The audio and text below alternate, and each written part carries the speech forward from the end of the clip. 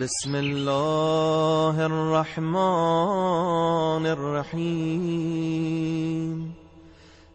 السلام علیکم یا خزان علم الله، السلام علیکم یا تراجمة وحی الله، السلام علیکم یا ائمة الهدى، السلام علیکم یا اعلام التقى، السلام علیکم یا اولاد رسول الله.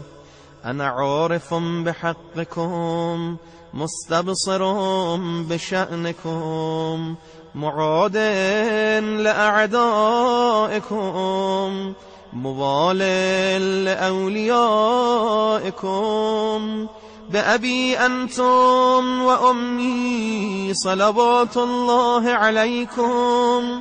اللهم إني أتوالى آخرهم كما تواليت أولهم، وأبرأ من كل وليجة دونهم، وأكفر بالجبت والطاغوت واللات والعزى.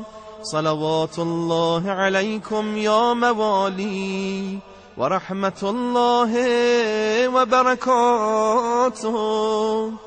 السلام عليك يا سيد العابدين وسلالة الوصين. السلام عليك يا باقر علم النبيين. السلام عليك يا صادقا مصدقا في القول والفعل.